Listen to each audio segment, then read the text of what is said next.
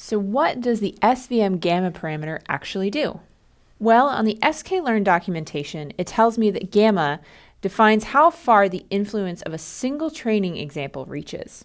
If gamma has a low value, then that means that every point has a far reach.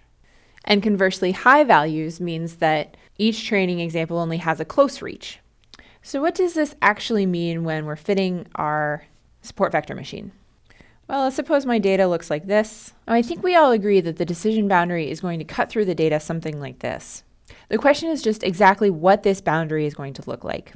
So if I have a high value of gamma, the decision boundary, the exact details of the decision boundary, are just going to be dependent on the points that are the very closest to it. So these points that are very nearby, which leaves it sort of effectively ignoring some of these points that fall a little bit further away from the decision boundary itself.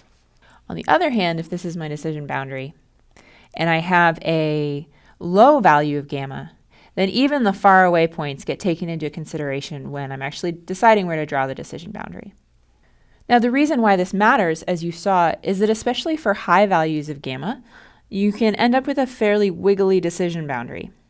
So recall that when we had a high value of gamma, we got a decision boundary that might look something like this. Because, for example, this particular point is going to be very nearby the decision boundary, and so it carries a lot of weight. It can pull the decision boundary all the way over so that it ends up on the correct side.